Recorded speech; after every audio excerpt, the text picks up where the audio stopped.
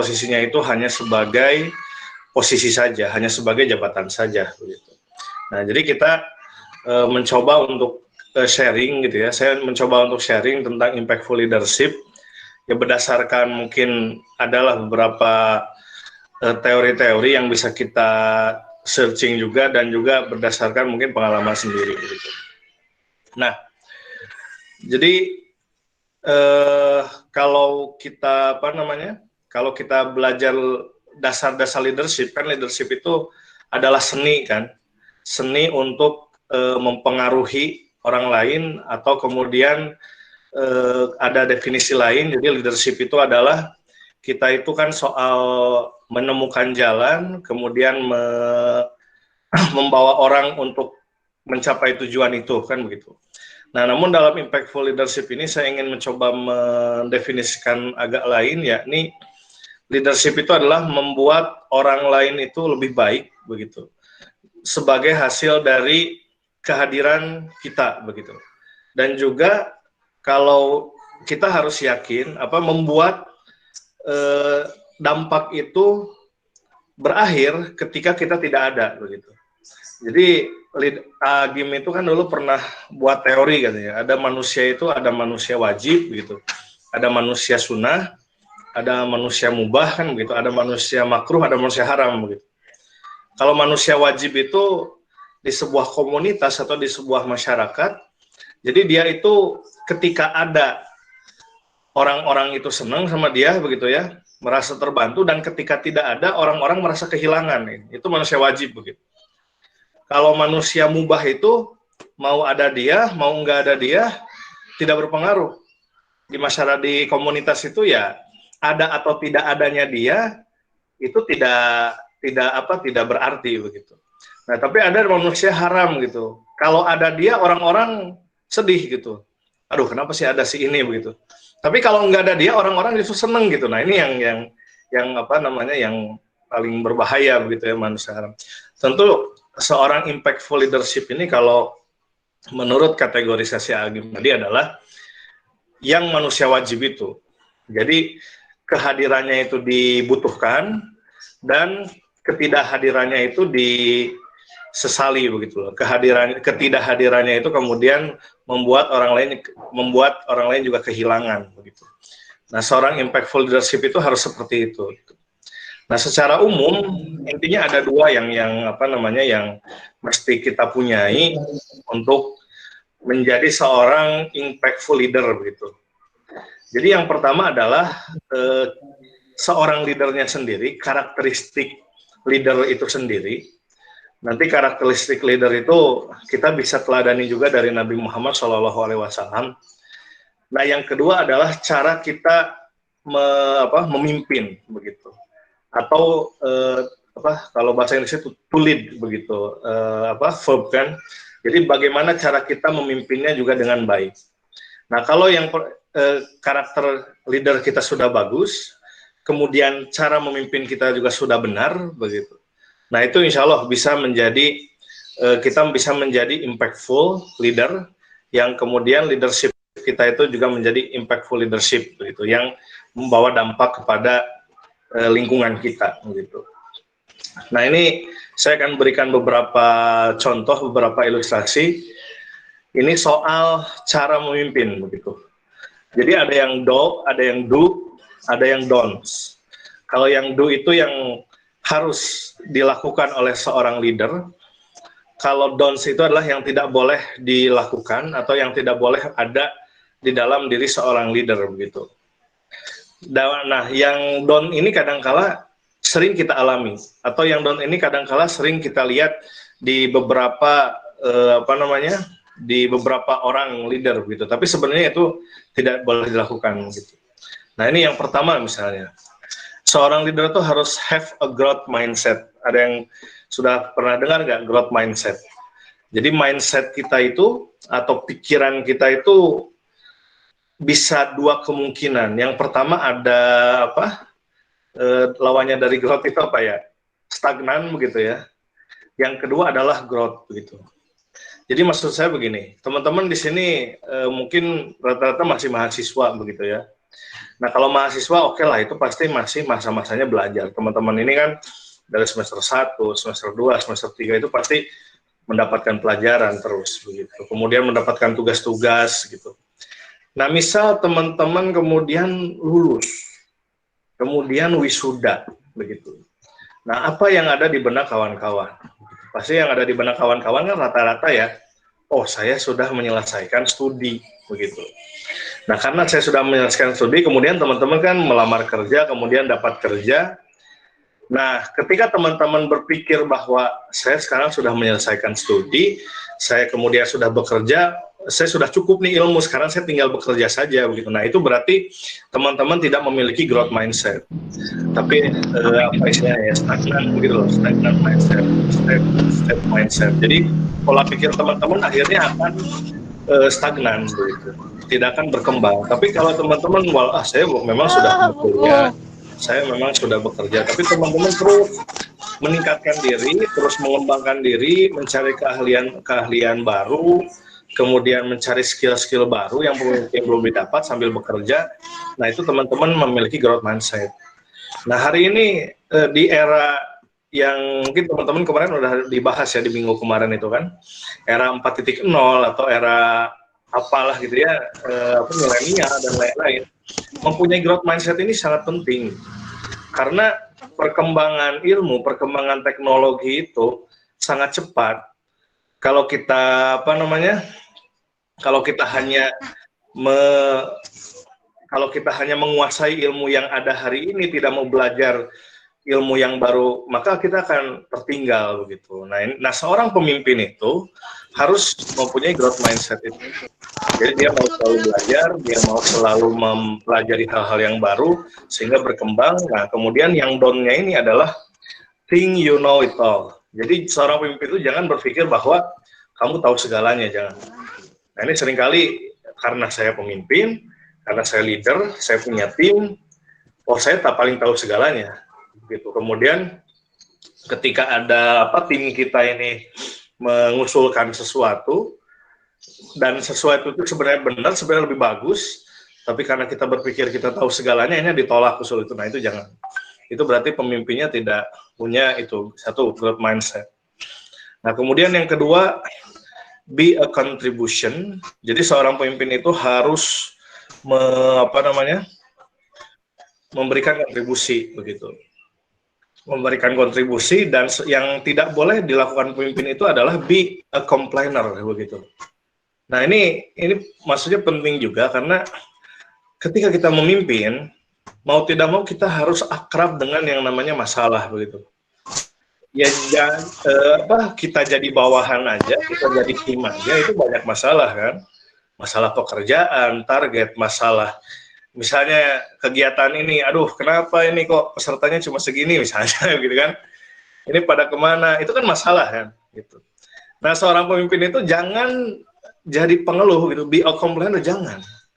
Aduh, ya misalnya teman kita punya tim kan, di tim Impact TV ini, teman-teman leadernya kemudian bilang ke anak buah kan, gimana ya, ini kok peserta pada dikit ya begitu. Nah, jangan begitu. Nah, tapi seorang pemimpin itu ya jangan hanya sekedar kemudian jadi komplainer, tapi ya ayo cari solusi gitu. Look for ways to serve others and add value. Look for solution instead of problem. Jadi pemimpin itu harus alih-alih fokus kepada masalah, lebih baik fokus kepada solusi. Ya udah, ini emang masalah kita nih, solusinya gimana? Nah, dicarilah solusinya. Mungkin setiap peserta coba dikasih dikasih kayak kuesioner gitu. Dia aktivitasnya apa saja, kosongnya kapan saja. Nanti kita analisis kira-kira di mana yang memang banyak peserta ini kosong, misalnya begitu. Nah, tapi kalau be a complainer tuh, leader don't look for other people to solve their problem, they come up with ideas and take action. Jangan kemudian menyerahkan atau meminta orang lain untuk menyelesaikan itu. Gitu. Tapi leader itu juga harus memberikan kontribusi gitu. Nah, kemudian ini nih yang saya pikir sangat-sangat penting gitu, bahkan mungkin ini fundamental sekali gitu dalam ilmu kepemimpinan. Dari Dom dulu ya. Don't try to make everyone happy. Jadi seorang pemimpin itu tidak mungkin, tidak boleh, tidak bisa untuk membuat semua orang senang. Nah ini apa ya? Ini saya pribadi ya. Saya pribadi ini tuh kelemahan saya begitu. Karena ya mungkin tipikal saya ini kan setiap orang ini beda-beda ya tipikalnya ya. Kan ada yang memang orangnya tegas, kemudian tegaan begitu, bahasa Indonesia kan gitu. Dia tega gitu, apa raja tega begitu ya. Dia tega lah menyakiti orang lain dalam konteks positif lah misalnya. Tapi kan ada juga orang yang nggak tegaan begitu. Nah saya ini kan termasuk orang yang kadang nggak tegaan gitu. Terus kemudian ya kalau lihat orang itu pengen orang lain tuh seneng gitu. Nah ini memang, nah tapi ketika saya jadi pemimpin saya harus bisa melepaskan sifat itu. Saya harus bisa meminimalisir sifat itu. Jadi try to make everyone happy itu. Jadi kita ketika mengeluarkan sebuah keputusan, ketika kita mengeluarkan sebuah kebijakan, itu kan kalau kita lagi rapat nih misalnya, pasti kan membahas satu isu A misalnya, kan pasti ada yang pro, ada yang kontra begitu. Nah setelah kita lihat misalnya yang peserta rapat mayoritas kepada pro gitu ya, kemudian juga dari segi maslahat yang mudaratnya lebih baik kita memutuskan yang pro gitu kan. Nah ya udah sebagai pemimpin kita harus putuskan untuk mengikuti yang pro dan tidak mengikuti yang kontra misalnya. Nah si kontra ini kan pasti tidak suka dengan kita atau kecewa dengan keputusan kita ya itu, dan tidak senang itu resiko gitu. Itu nggak ada masalah begitu. Dan jangan mencoba untuk membuat orang senang. Itu juga selanjutnya adalah bahwa seorang pemimpin itu secara otomatis harus siap ketika dia tidak disukai begitu. Dalam artian maksudnya tidak disukai di sini adalah bukan berarti seorang pemimpin itu sengaja cari-cari masalah terus orang benci ke dia, bukan. Tapi itu tadi konteksnya adalah bahwa ketika dia membuat sebuah keputusan, kemudian keputusan itu ada sebuah pihak yang ada sekelompok orang yang tidak sepakat, tidak setuju, itu dia harus siap tidak disukai oleh orang itu. Ya walaupun biasanya sih ya kadangkala hal-hal seperti itu tidak lama lah. Ya kita juga kadang sebagai organisasi pada akhirnya ya akur lagi, biasa-biasa lagi. Tapi awal-awal mungkin ketika masih hangat, masih panas, kita harus siap begitu. Nah kemudian jangan mencoba untuk membuat semua orang senang, tapi kemudian, nah yang itu yang don'ts-nya, yang do-nya adalah set boundaries. Boundaries itu adalah tentukan boundaries, batasan-batasan gitu. Nah, jadi part of being a leader is knowing when to politely but firmly say no. Jadi kamu seorang pemimpin itu harus berani mengatakan tidak. Nah, begitu. Jadi kalau teman-teman ini orang yang ketika ada segala sesuatu teman-teman iya, nah itu belum cocok jadi pemimpin. Nah saya juga orangnya begitu. Tapi kemudian ya ketika saya jadi pemimpin, saya harus menyingkirkan dulu atau meminggirkan dulu sifat itu. Disuruh, ayo kita ke sini, iya. Ayo kita ke sini, iya. Ayo kita begini, iya. Nah itu jangan. Kita set dulu nih. Kita ini organisasi mau kemana gitu. Mau ke gunung misalnya, ke gunung kan. Oke, ke gunung.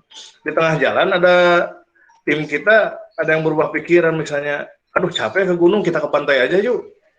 Nah kalau kita bilang iya kan bahaya kan. Kalau kita orangnya selalu iya, ya nggak sampai-sampai akhirnya. Nah tapi kita harus katakan tidak begitu. Kita kan mau ke gunung, kenapa mau ngajak ke pantai begitu. Nah itu ya. Jadi yang keempat itu, dan yang kelima ini, be true yourself, be a cut out cookie. Kalau ini ya intinya sih ketika pun kita jadi pemimpin ya be true to yourself aja. Jadi jadikan dirimu yang memang otentik aja, yang biasa aja. Jangan kemudian kita juga dibuat-buat begitu ya. Dalam artian begini ya, misalnya ada kasus ini. Kan kita ini mengenal orang ini jadi dua ya. Ada orang ekstrovert, kemudian ada orang introvert. Kalau ekstrovert ini kan orangnya apa ya, ceria gitu ya. Ceria, kemudian supel gitu ya. Dia walaupun ada orang baru kenal atau nggak kenal, tapi kemudian dia langsung akrab gitu ya. Langsung akrab, ngobrol dan lain-lain. Nah, banyak kita berpikir bahwa orang ekstrovert itu lebih cocok jadi pemimpin. Karena seorang pemimpin itu memang harus seperti itu ya, harus apa namanya, bergaul gitu, harus membaur dengan orang gitu. Tidak boleh anti apa bahasanya anti sosial atau anti apa gitu ya. Tidak boleh kemudian menyendiri gitu. Nah, tapi kemudian oke lah kita setuju bahwa memang ekstrovert ini dia sangat potensial ya untuk jadi pemimpin. Tapi pertanyaannya apakah orang introvert itu memang tidak berbakat atau kemudian tidak bisa untuk menjadi leader atau impactful leader? Nah, sebenarnya ini yang salah juga begitu, salah kaprah juga ketika ada orang yang mengatakan bahwa yang introvert itu tidak bisa jadi leader begitu. Sebenarnya bisa saja begitu, dan seorang introvert itu juga tidak harus mengubah dirinya, jati dirinya jadi extrovert begitu kan. Ya nggak apa-apa, karena pengertian introvert sendiri itu kan bukan orang yang sebenarnya gitu ya. Walaupun di banyak salah kaprah juga ya, introvert itu kan sebenarnya bukan orang yang tidak mau bergaul, tidak boleh bergaul. Ya, introvert juga bisa membaur, bisa bergaul. Cuma memang kalau extrovert itu ketika dia berada di banyak orang, dia menyerap energi lebih banyak, jadi lebih berenergi. Kalau introvert itu memang lebih nyamannya sendiri. Ketika dia di banyak orang, mungkin energinya malah habis itu dikeluarkan begitu. Nah, tapi ya seorang introvert tetap bisa jadi pemimpin gitu. Walaupun tentu dengan stylenya juga, dengan style yang agak berbeda mungkin dari seorang extrovert gitu. Ya mungkin kalau introvert kan lebih kalem lah, lebih kalem. Tapi ketika dia memang punya jiwa leadership, kemudian juga menjalankan teknik-teknik leadershipnya itu dengan benar, ya itu akan impactful juga begitu. Nah, jadi ya teman-teman tidak perlu menjadi orang lain lah. Kalau teman-teman introvert ya udah biasa aja gitu, nggak usah dipaksain jadi extrovert begitu. Nah, cuma memang tentu nanti dalam konteks-konteks tertentu kepemimpinan ini ya kita perlu juga untuk memperhatikan beberapa aspek lah ya, misalnya aspek penampilan misalnya. Ini juga bukan apa ya, bukan berarti kita memperbaiki, misalnya teman-teman asalnya penampilannya acak-acakan gitu kan, seenaknya, atau kemudian misalnya badannya mohon maaf misalnya agak bau gitu kan, tidak pernah pakai parfum gitu. Nah, teman-teman ketika misalnya memperbaiki penampilan, merapihkan setelan gitu baju, kemudian diwangi, itu bukan berarti tidak menjadi diri sendiri. Kalau hal-hal seperti itu saya pikir justru penting.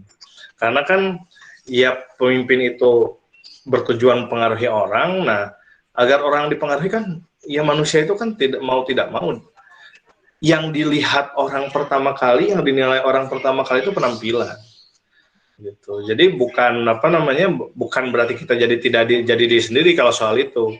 Tapi itu ya saya pikir ikhtiar lah, upaya-upaya supaya kepemimpinan kita lebih efektif. Bahkan dulu saya ini pengalaman saja gitu, ketika saya jadi ketua IMM ya, Ikatan Mahasiswa Muhammadiyah tingkat Jawa Barat, provinsi, saya tuh dulu dari pesantren sampai kuliah itu pakai nomor itu tri. Jadi kartu tri ya, nomor nggak tahu ya, saya karena murah atau karena apa lah, tapi saya tuh dulu pakai nomor tuh tri gitu. Terus kata teman saya kan ketika saya sudah jadi ketua IMM seprovinsi itu, aduh masa ketua DPR yang nomornya tri ya, ganti. Akhirnya saya beli nomor simpati begitu, beli nomor simpati supaya ketika saya nelpon orang, kemudian orang kan lihat, oh ini nomor simpati, berarti orang penting gitu loh, maksudnya bukan. Tapi kalau lihat nomornya tri, aduh, apa nih nomor tri gitu kan, telepon. Nah itu hal-hal seperti itu, kalau itu boleh gitu. Jadi maksudnya ada hal-hal yang boleh kita rubah dalam diri kita yang memang itu menjadi bisa meningkatkanlah kualitas kita. Tapi ada hal-hal yang memang kalau sudah jati nggak usah dirubah, just apa self saja gitu.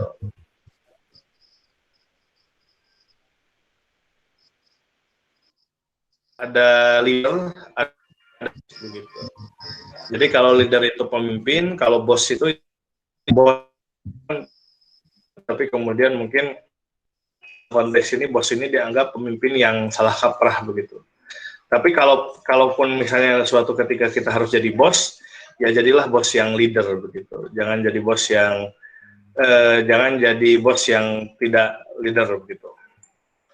Nah, apa bedanya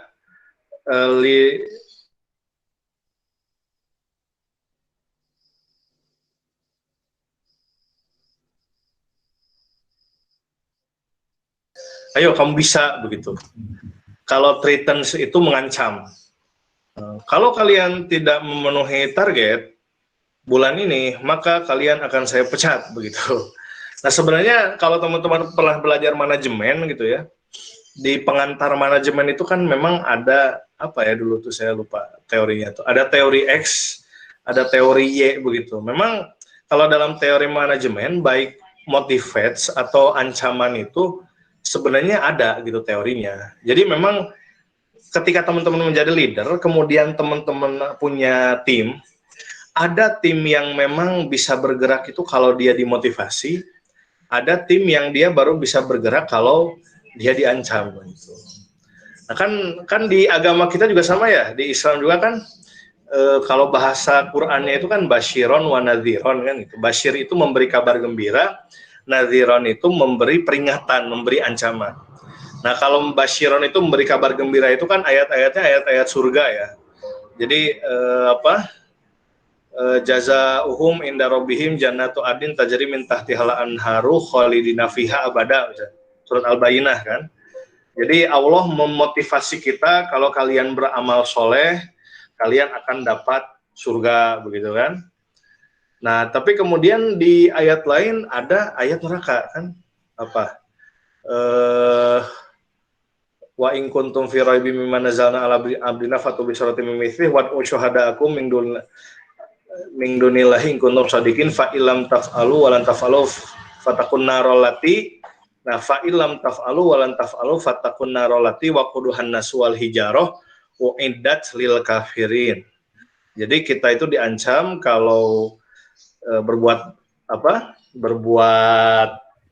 atau kalau kafir begitu ya, maka kita akan dimasukkan ke neraka yang bahan bakarnya itu adalah dari manusia begitu.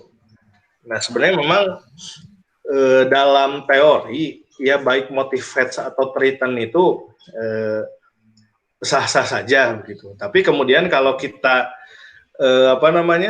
memprioritaskan mana yang lebih prioritas, mana yang lebih baik antara memotivasi dengan mengancam, nah maka ya yang lebih baik adalah dengan kita motivasi begitu.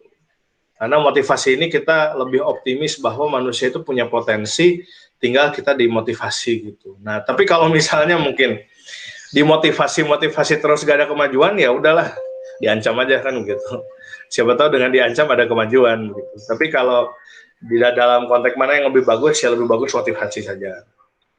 Nah, kalau kemudian bedanya leader atau bos itu, kalau leads itu dia lead itu maksudnya ini ya dia memandu ke depan gitu, dia berjalan ke depan begitu. Nah kalau bos itu rule, jadi dia mengatur saja gitu, kamu harus gini, kemudian dia diam gitu. Nah jadi kan seperti ini ya, seperti gambar saya di judul. Nah seorang leader itu begitu tuh, yang di paling depan itu. Jadi dia itu memimpin bawahannya untuk bisa naik ke tangga ke atas begitu.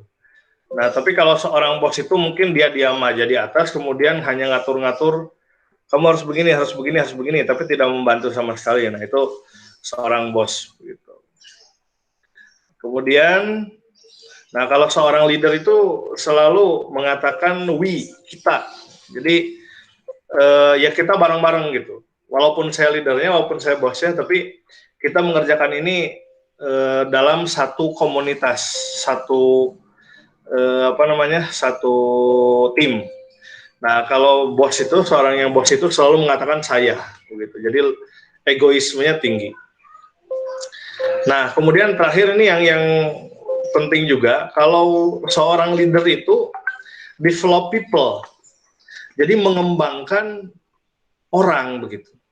Nah, ini teman-teman kalau masuk organisasi-organisasi mahasiswa kan ada yang namanya perkaderan gitu. Kalau perkaderan itu, kalau teman-teman belajar begitu ya, bahwa perkaderan itu adalah supaya menumbuhkan potensi atau mengembangkan potensi yang dimiliki oleh seorang kader begitu. Kalau saya jadi pemimpin organisasi, kemudian saya melakukan perkaderan, kemudian kader-kader saya itu yang sudah dikader itu lebih hebat dari saya, malah mereka lebih jago dari saya, lebih pintar dari saya senang. Sebagai pimpinan organisasi, itu leader. Jadi leader itu senang kalau dengan kepemimpinannya anak buahnya itu menjadi lebih hebat dari dia gitu. Nah, tapi ada yang tipe yang lain, nih tipe bos itu. Kalau tipe bos itu, kalau misalnya teman-teman jadi leader, kemudian ada anak buahnya yang lebih hebat, yang lebih yang lebih jago gitu, justru malah terancam. Waduh, si dia bisa jadi ini nih mengancam kedudukan saya gitu. Nah, itu tipe bos. Jadi orang anak buahnya itu dipaksa dijaga jangan sampai pinter, tapi harus tetap lebih pinter dia supaya anak buahnya itu bisa digunakan, bisa disuruh-suruh begitu. Nah, itu yang tipikal yang berbahaya, dan itu banyak di Indonesia ya.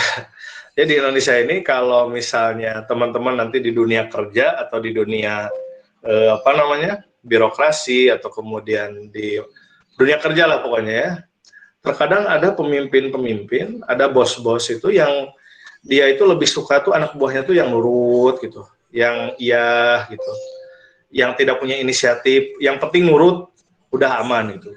Tapi ketika ada anak buahnya itu yang kemudian punya inisiatif, lebih pinter, lebih hebat, justru si anak buahnya itu disingkirkan, karena itu bisa jadi ancaman buat posisi dia. Nah, ini itu ya yang terakhir itu, develop people, uses people.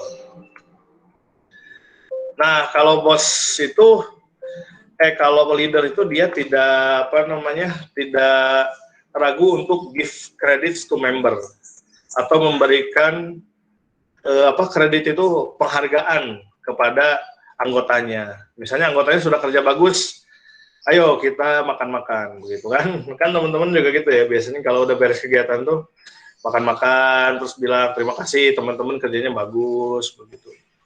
Nah, tapi kalau bos itu dia tax credit for member. Jadi misalnya saya punya tim, kemudian di atas saya ada bos lagi, tim saya yang kerja, saya tidak terlalu banyak kerja, tapi kemudian saya bilang ke bos ini hasil kerja saya. Akhirnya saya dapat kredit dari bos saya begitu. Jadi justru kita yang memanfaatkan anak buah kita gitu. Kita mendapatkan poin. Nah, kemudian yang selanjutnya, seorang leader itu establishes equal relationship.